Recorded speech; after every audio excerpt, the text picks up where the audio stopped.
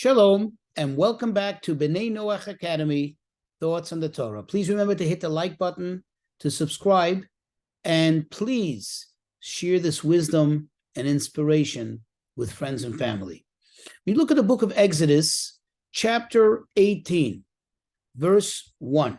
It says, Jethro, which is in Hebrew, Jethro, the priest of Midian, who happened to be also Moses' father-in-law. He heard about all the great things that God had done for Moses and for Israel, and he decided to come to the desert to join them. In fact, this is where he formally converted to Judaism. And you see in his expressions after he finally arrives, he says, blessed, if you look at verse 9, he rejoiced over all the kindness. And in verse 10, he says, blessed is God who delivered you from the Egyptians and from Pharaoh and did all these miracles for you. And then he says, now I know that God is greater than all the gods. And he uttered God's name, the holy name of God.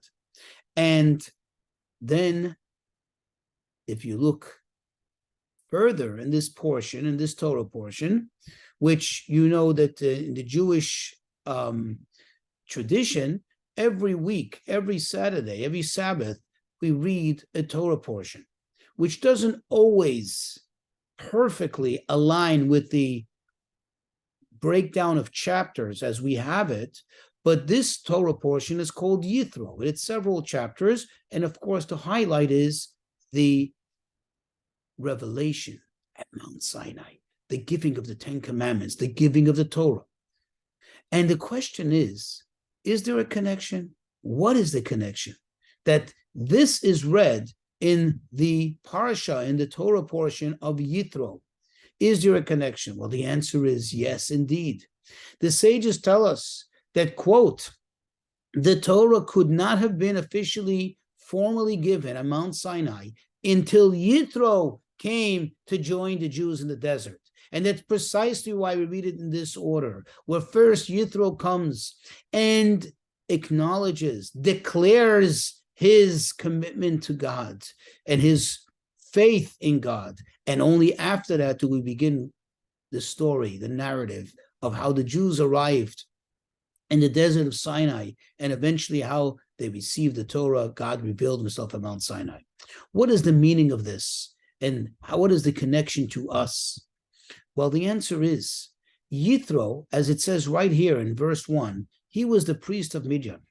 The sages in the Medrash tell us that Jethro was such a priest, meaning he was the ultimate priest, the ultimate idolater.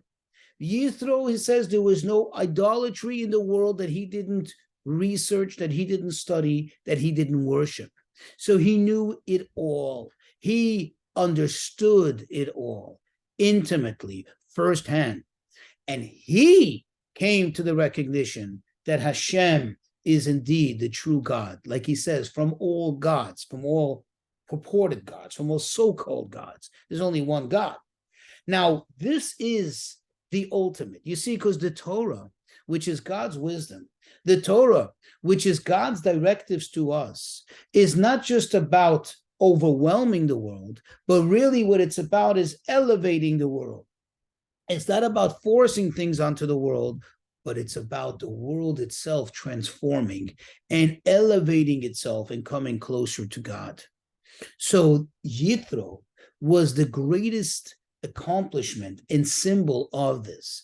Only after he paved the way, so to speak, coming from the lowest of the low, in terms of distance from God, in terms of wrongfulness, of worshiping idols and so on, and believing in the worst and the lowest of the nonsense that's out there, only when he came to a point that he recognizes God, now the world was ready to receive the Torah.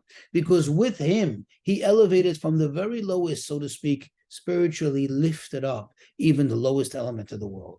So yes, the ultimate is, sometimes in ourselves, we also have a little Jethro.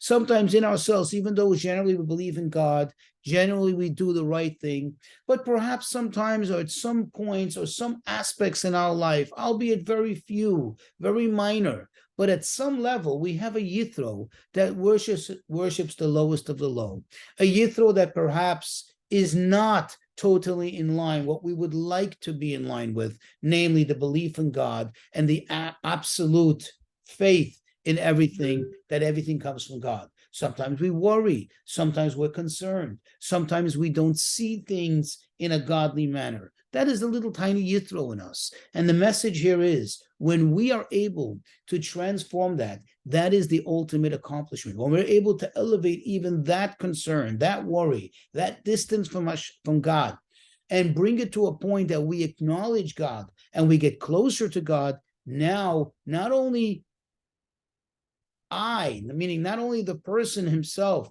who has just transformed himself, but with that person, the entire world around him gets elevated and pulled up, if I may, gets elevated and ascended towards godliness. So anytime we anytime we succeed in accomplishing this, anytime we succeed in elevating ourselves, even those minor lower aspects of ourselves, we are not only doing ourselves a favor, but in fact, we're doing the entire world a favor. We're elevating the world together with us.